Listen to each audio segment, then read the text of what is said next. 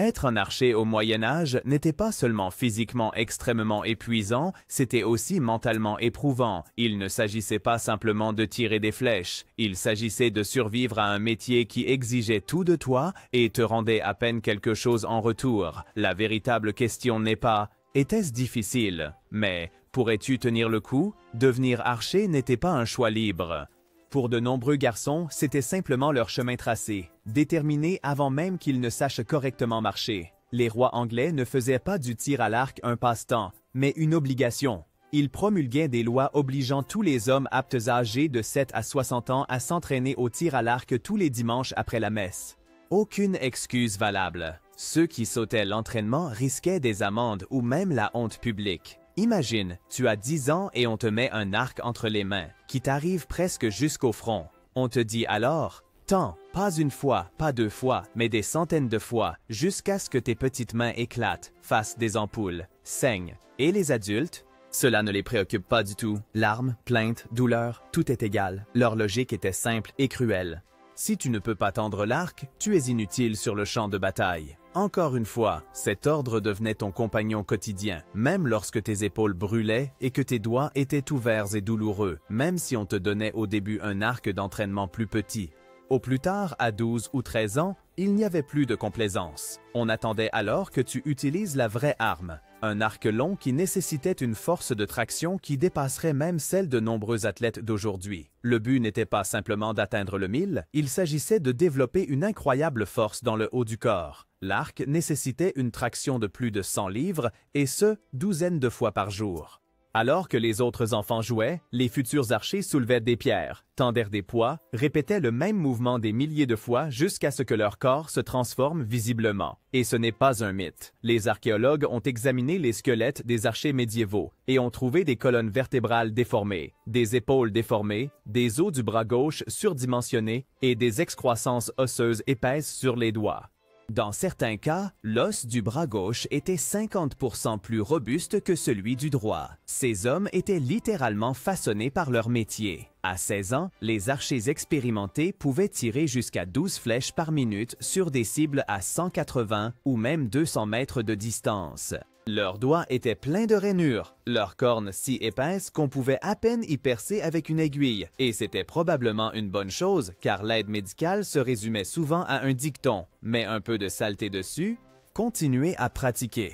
On pourrait penser qu'un archer développe un lien profond avec son arme après tant d'années d'entraînement. Mais la vérité était plus compliquée. Le grand arc anglais était un chef-d'œuvre de l'art de la guerre, mais aussi une source infinie de souffrance physique. L'arc lui-même était immense, généralement entre 1,80 m et 2 mètres de long, souvent aussi grand ou même plus grand que l'archer lui-même. Fabriqué en bois d'if, il était relativement léger, généralement entre 1,5 kg et 2 kg, mais après une longue marche, ce poids semblait aussi lourd que du plomb. Mais le véritable problème n'était pas de le porter, mais de le tendre. Les découvertes d'anciens arcs montrent des poids de traction entre 90 et 180 livres. À titre de comparaison, les arcs de chasse modernes se situent généralement entre 40 et 60 livres. Cela signifie que bander un longbow revenait à peu près à soulever un chien de taille moyenne avec 3 doigts, et cela pas une seule fois, mais des centaines de fois par jour. Cette charge constante laissait des traces. Les squelettes des archers montrent des os épaissis, des colonnes vertébrales comprimées, une usure extrême des articulations et une arthrose prononcée.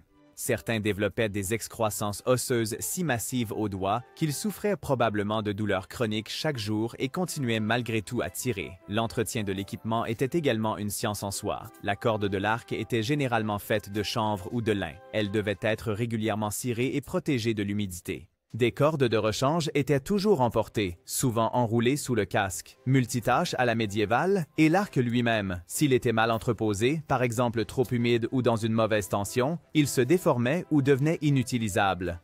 Même des arcs bien entretenus ne duraient parfois que quelques heures en situation de combat. Une seule journée de bataille intense pouvait signifier la fin pour une telle pièce. Les flèches devaient également être soigneusement équilibrées. Si elles étaient trop légères, elles perdaient en pouvoir de pénétration. Trop lourdes, elles volaient de manière imprécise. Un archer expérimenté pouvait tirer 10 à 12 flèches par minute tout en compensant intuitivement pour le vent, la distance et le mouvement de la cible. Le tir à l'arc n'était pas une compétence. C'était un mode de vie. L'entraînement quotidien était une obligation. Des unités entières pouvaient être punies si un seul archer manquait un jour d'entraînement. Certains archers appelaient même leurs arcs leurs épouses. Ils les aimaient et les détestaient à la fois. Un jour, un homme surpris en train de boire s'est défendu en disant « Mon arc exige tout de moi, la cruche du soir n'appartient qu'à moi. » Et pourtant, l'arc n'était que le commencement, car ce qu'un archer médiéval portait avec lui, c'était tout un chapitre. Bagages légers, pas pour les archers en guerre. Quand l'appel au combat retentissait, ils portaient tant d'équipements que même un soldat moderne en aurait sué. La charge n'était pas seulement psychologique, avec la peur du combat imminent, mais bien réelle. Des outils pour survivre, des armes, des pièces de rechange, des provisions. Tout était accroché à leur corps. L'arc long lui-même était déjà un défi. 2 mètres de long jusqu'à 2,5 kg lourd. Même en marchant, c'était un monstre peu maniable. Sans flèches, il n'était guère plus qu'un bâton de marche informe. Mais les flèches n'étaient pas de petits accessoires. Un archer de guerre ordinaire portait entre 60 et 100 flèches, ce qui signifiait 3 à 6 kg supplémentaires. Des bagages purs, pointus et peu pratiques, et ces flèches n'étaient pas dans de beaux carquois dorsaux comme dans les films. Elles étaient généralement fixées sur le côté de la ceinture, glissées dans les bottes ou simplement plantées dans le sol en espérant que personne ne trébuche dessus. Perdre ou gaspiller des flèches lors d'un combat pouvait coûter la vie. C'est pourquoi de nombreux archers portaient du matériel pour des fabrications d'urgence, pointes de flèches, plumes, fûts et petits kits de réparation, ateliers en plein carnage. Bienvenue au niveau de stress d'un combattant médiéval. Les cordes d'arc présentaient également un risque.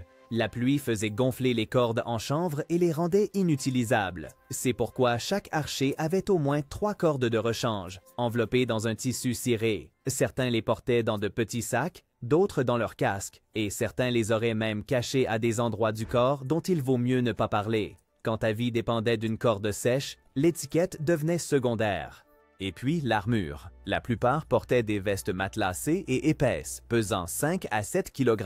Ceux qui avaient de la chance avaient en plus une cotte de maille, 9 kg de plus sur les épaules. En plus, un casque, 1 à 2 kg, peut-être un petit bouclier et une dague, un marteau ou une hache.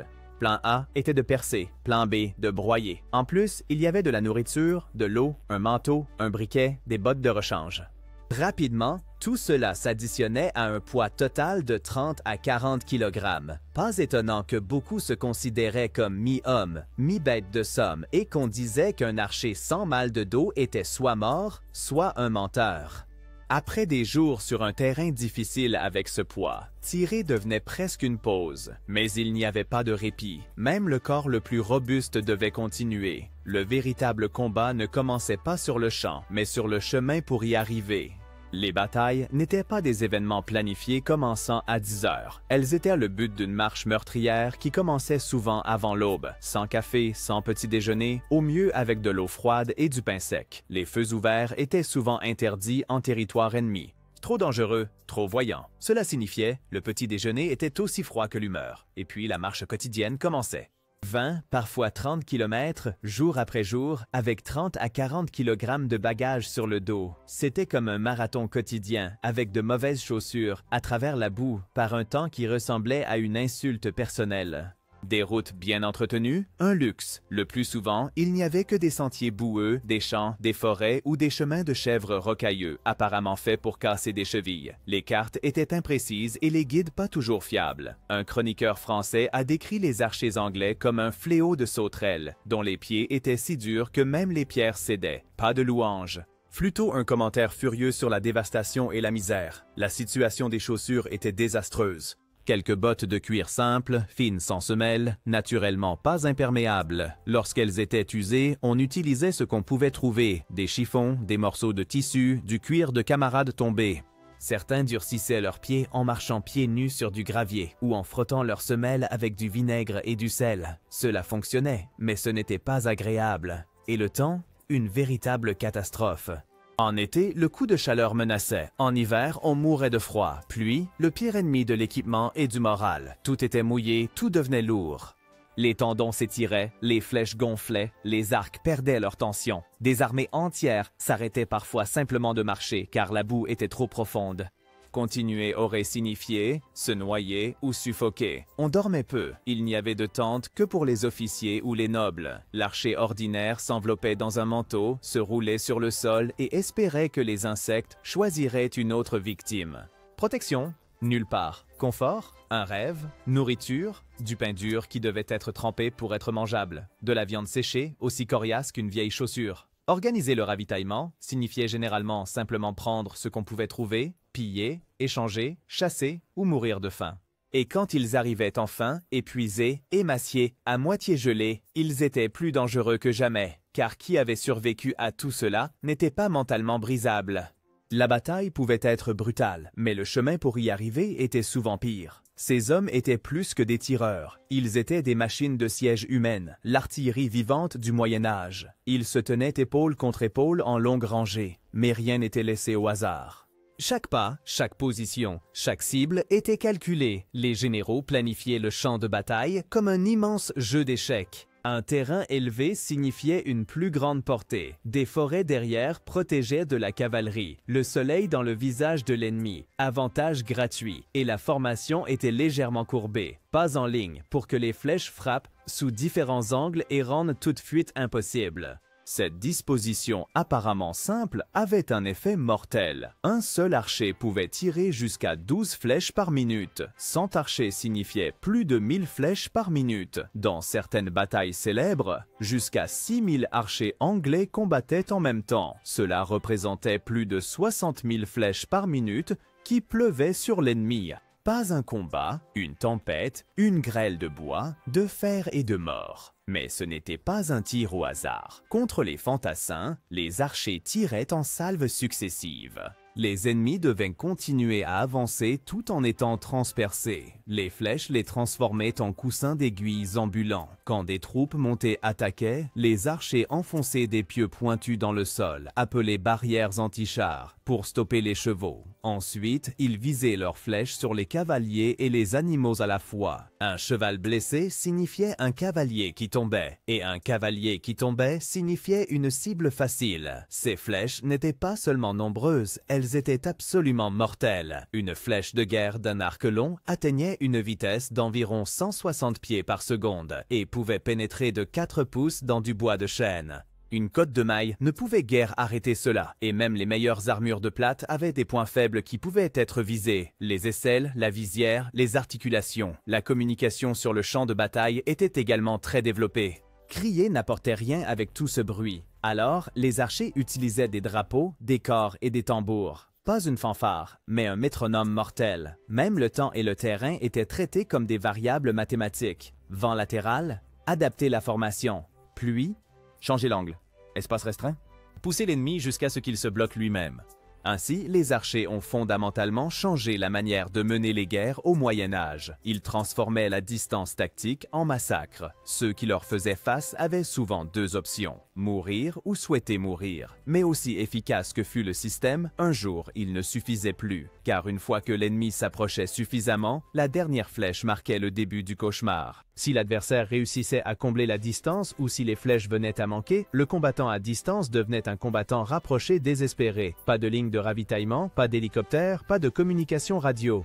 Seulement le fer nu et la brutale réalité. Un archer avait entre 60 et 100 flèches. En combat intense, cela pouvait être tiré en 15 minutes. Et si la cavalerie ennemie perçait alors, cela signifiait tire ton arme secondaire et prie pour tenir assez longtemps. Dès la dernière flèche tirée, la lutte pour la survie commençait. De nombreux archers se tournaient alors vers leurs armes secondaires, souvent de simples dagues, utiles pour manger ou au camp, mais à peine adaptées pour affronter un chevalier en armure avec une épée d'1,50 m de long. Certains portaient de lourds marteaux en bois avec des plaques de métal, appelées maules. Un coup bien placé pouvait déformer une armure, briser des os. Mais pour s'approcher autant, il fallait risquer sa vie. D'autres utilisaient de petites haches, normalement destinées à couper du bois.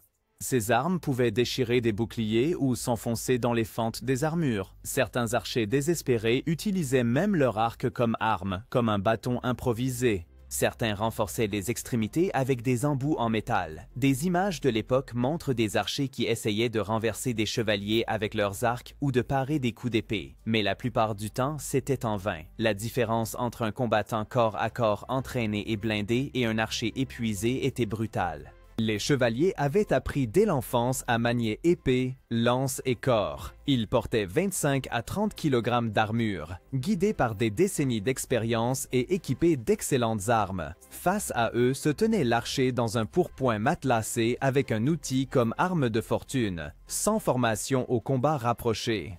Un chroniqueur a écrit que c'était comme un combat entre la souris et le chat, sauf que la souris avait auparavant abattu toute la famille des chats. Tous les archers ne mouraient pas dans ces situations. Certains fuyaient, d'autres survivaient avec des blessures. Certains tuaient même leurs adversaires et s'emparèrent de leurs armes. Mais quand tu n'avais plus de flèches, la mort était souvent une question de hasard. La transition du combattant à distance supérieure au combattant rapproché inférieur était l'un des changements de rôle les plus difficiles de l'histoire de la guerre. Et quiconque survivait d'une manière ou d'une autre avait un autre enfer devant lui, la médecine médiévale, car, contrairement aux services médicaux modernes, ce n'était pas du soulagement qui attendait, mais souvent uniquement l'horreur. La plupart des blessures n'étaient pas propres. Une flèche à travers le corps, un muscle lacéré, un bras écrasé, cela signifiait une longue agonie douloureuse. Ironiquement, c'étaient souvent les archers eux-mêmes qui étaient blessés par des flèches, à cause de tirs manqués, de réflexions ou du chaos dans le tumulte. Si une flèche traversait le corps, les médecins considéraient cela même comme une chance, car on pouvait alors nettoyer la blessure des deux côtés. Si la pointe restait coincée, le cauchemar commençait. Des outils spéciaux comme le pied de corbeau ont été utilisés pour retirer les fers. Taux de réussite, environ 50%. Les autres 50% mouraient tôt ou souffraient longtemps. Les blessures infligées par des épées ou des massues n'étaient guère moins graves. Les os brisés et les plaies déchiquetées entraînaient presque inévitablement des infections, particulièrement l'effroyable maladie qu'on connaît aujourd'hui sous le nom de gangrène. La seule guérison, l'amputation. Et même là, peu survivaient. Les premiers soins étaient souvent aussi douloureux qu'inefficaces. La première étape, le vin ou l'eau de vie n'était pas bu, mais versé directement dans la plaie. Les médecins médiévaux et les barmen modernes partageaient une croyance. L'alcool aide en toutes circonstances. Les fermetures des plaies. Horrible. Les sutures étaient faites avec des soies ou des crins de cheval, sans aucune stérilité. La cautérisation, brûler la plaie avec un fer incandescent, arrêtait certes le saignement, mais entraînait de graves brûlures et une nouvelle infection. Les lazarets étaient improvisés, surpeuplés et dangereux pour la vie. Les blessés étaient allongés sur des sols en paille. Le sang se mélangeait avec le pus et la saleté. Les infections croisées n'étaient pas l'exception. Elles étaient presque garanties. Les connaissances médicales sur les bactéries n'existaient pas encore. À la place, on attribuait tout à l'air vicié ou au sang corrompu. Certains remèdes étaient effectivement utiles. Le miel, par exemple, avait un effet antiseptique. D'autres étaient carrément dangereux. Du fumier, de l'urine ou des bouillies de plantes mâchées étaient appliquées sur des plaies ouvertes. Médicaments contre la douleur? S'ils étaient disponibles, il y avait de l'alcool ou de l'opium. Mais le plus souvent, le patient recevait une lanière de cuir à mordre et un guérisseur avec une ouïe sélective. De nombreux archers ne pouvaient plus jamais tirer après une blessure. Un bras ou une main endommagée signifiait la fin de la carrière et le début d'une vie très incertaine. Certaines personnes se mutilaient intentionnellement, se coupaient des doigts pour ne pas être à nouveau enrôlées. Quand l'automutilation est la décision professionnelle la plus judicieuse, on comprend à quel point ce travail était brutal. Même ceux qui survivaient à l'entraînement, à la marche, à la bataille et aux blessures ne pouvaient espérer se reposer, car pour tous ces sacrifices, toute cette souffrance, il y avait peu de récompenses. Un archer expérimenté utilisant un longbow lors de la guerre de 100 ans recevait environ 6 pence par jour, soit à peu près 2 fois plus qu'un simple ouvrier agricole. Ça a l'air bien, jusqu'à ce qu'on considère qu'on obtenait peut-être 2 gallons de bière ou un simple repas à l'auberge avec ça. Ça suffisait pour survivre, mais pas pour vivre. Pire encore était le salaire en lui-même. En théorie, le paiement devait être hebdomadaire ou mensuel. En pratique, cependant, les trésoriers royaux manquaient souvent de pièces au milieu du champ de bataille. Des semaines ou des mois sans salaire, mais continuez à vous battre, s'il vous plaît. Pour la gloire? Non, pour une promesse du roi. Dans cette incertitude, le pillage est devenu le programme de bonus officieux. Que ce soit permis ou non n'intéressait bientôt plus personne. Quand la solde manquait, le champ de bataille devenait une source de revenus. Celui qui arrivait le premier chez les morts gagnait le plus. Ce qui était trouvé sur le champ de bataille pouvait faire la différence entre la pauvreté et un bref moment de richesse. Une bonne armure, une épée, une paire de bottes utilisables ou même un cheval. Tout cela pouvait dépasser un demi-salaire annuel. Pas étonnant donc que les archers, après la bataille, se battaient non seulement pour leur vie, mais aussi pour être les premiers à piller les cadavres. Entre les campagnes, c'était encore pire. En temps de paix, la plupart des archers ne recevaient pas de salaire, bien qu'ils devaient continuer à s'entraîner et à entretenir leur équipement. Beaucoup se débrouillaient avec des travaux agricoles ou apprenaient des métiers simples comme la forge ou la menuiserie. Certains participaient à des tournois de démonstration où ils présentaient leur art du tir à l'arc pour de maigres prix ou des dons du public. Et s'ils étaient blessés, il n'y avait presque pas de compensation. Un archer qui perdait sa main de tir pouvait peut-être espérer un paiement unique de quelques shillings. Trop peu pour en vivre. Dans de rares cas, les archers particulièrement loyaux ou performants recevaient de petits terrains en cadeau de leur seigneur. Mais c'était l'exception, pas la règle. Les frais médicaux devaient être pris en charge par les hommes eux-mêmes et ils engloutissaient souvent le dernier de leurs économies. Prévoyance vieillesse? Aucune. Le seul plan de retraite était « ne vieillis pas ». Les systèmes de pension pour les soldats ordinaires n'existaient tout simplement pas. Quiconque voulait ouvrir un commerce ou acheter un petit terrain à la vieillesse devait le faire de sa propre poche. Un rêve que peu pouvaient réaliser. D'anciens dossiers fiscaux et recensements de cette époque montrent que de nombreux anciens archers figuraient parmi les plus pauvres de leur communauté. Leur corps brisé ne suffisait souvent qu'à des travaux journaliers simples, des tâches physiques lourdes avec un salaire minimal. Certains utilisaient leurs compétences pour enseigner à la génération suivante, comme professeurs d'archers ou instructeurs. Mais ces postes étaient rares et mal payés. Ainsi, la vie de nombreux archers ne se terminait pas dans l'honneur, mais dans la pauvreté. Beaucoup ont été enterrés dans des tombes anonymes après avoir dépensé leurs dernières pièces pour des médicaments ou de la nourriture. Les mêmes mains, qui avaient autrefois défendu des royaumes, ne pouvaient même pas se permettre leurs propres funérailles à la fin. Mais ce n'était pas seulement économiquement que la vie de ces hommes était tragique. Socialement aussi, ils étaient entre deux mondes. Dans le Moyen Âge fortement hiérarchisé, la naissance déterminait souvent le rang social. Les archers occupaient une position étrange entre deux. Trop précieux pour être ignoré, trop ordinaire pour être vraiment respecté. Ce que pensaient les autres des archers dépendait souvent du climat politique ou des guerres. En temps de paix, ils retournaient simplement dans la classe sociale d'où ils étaient issus. D'anciens soldats devenaient cordonniers, aubergistes, fossoyeurs.